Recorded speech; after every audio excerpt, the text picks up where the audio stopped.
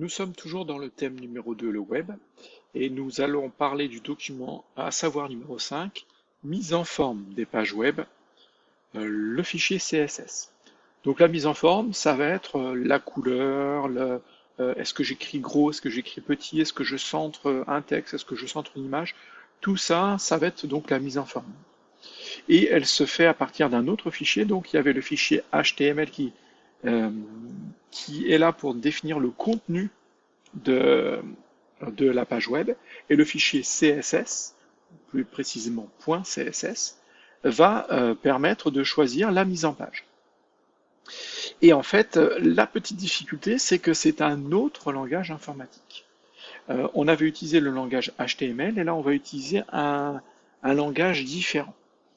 Donc c'est la petite difficulté, en sachant que ces langages ne sont pas très compliqués, mais qu'il faut s'habituer à ces deux langages, à utiliser ces deux langages.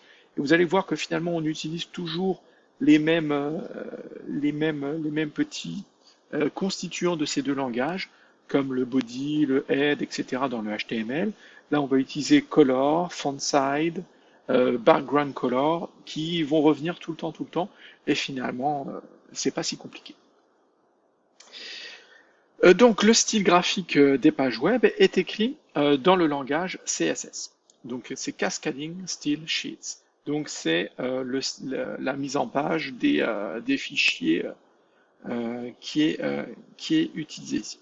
On détermine le style des éléments HTML, c'est-à-dire body pour le corps de la page, P pour paragraphe, etc. Title par exemple, head, qu'est-ce qu'on a encore? On avait div, on avait img pour image, tout ça. En fait, chaque élément, et je vais vous les remontrer, les éléments sont là. Donc on avait donc head, body, div, c'est-à-dire je peux choisir de faire la mise en page par rapport à un élément. D'où l'intérêt d'avoir bien séparé chaque élément dans différentes choses. Par exemple ici, j'ai le titre qui est H1. H1 c'est pour un titre. Et ben je vais pouvoir choisir la mise en page de H1, soit d'un seul titre H1, soit de tous mes titres H1. Et comme ça, mes titres H1 auront tous la même mise en page. Ensuite, image, je pourrais dire que cette image va être centrée, va être décalée sur la gauche, décalée sur la droite. Je peux redimensionner l'image, plus grande, plus petite, etc. Donc je peux faire tout ça dans le fichier donc CSS. Euh, donc on va commencer donc par l'élément de la page HTML. On ouvre une accolade, on met les différentes propriétés que l'on veut, la couleur de fond, la couleur d'écriture, l'épaisseur de l'écriture, etc. Donc ça, ce sont les propriétés. Et on ferme des accolades. Il n'y a rien de plus simple. Donc là, vous avez un petit exemple. Donc le corps de texte, le corps de la page web, je veux que la couleur de fond soit en orange. C'est tout. Et je referme. Donc j'ouvre une accolade, je ferme l'accolade. Et donc sur toute ma page web, donc le body c'est le corps de ma page web, et ben j'aurai un fond coloré orange.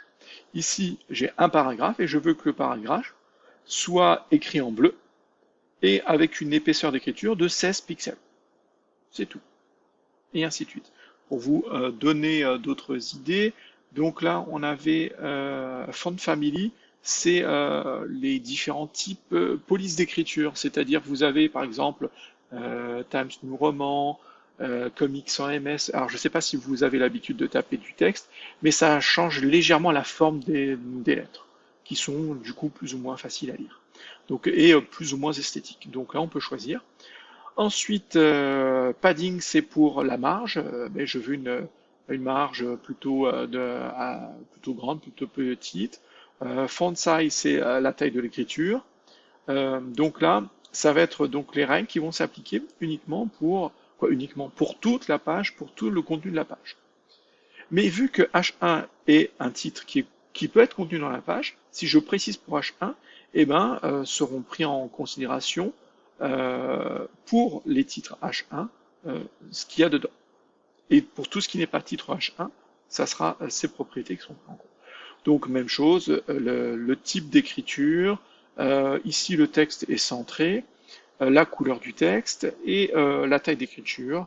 Là on a un élément qu'on avait appelé A, Je veux que l'écriture de A soit en blanc. Le A, c'était pour un lien hypertexte.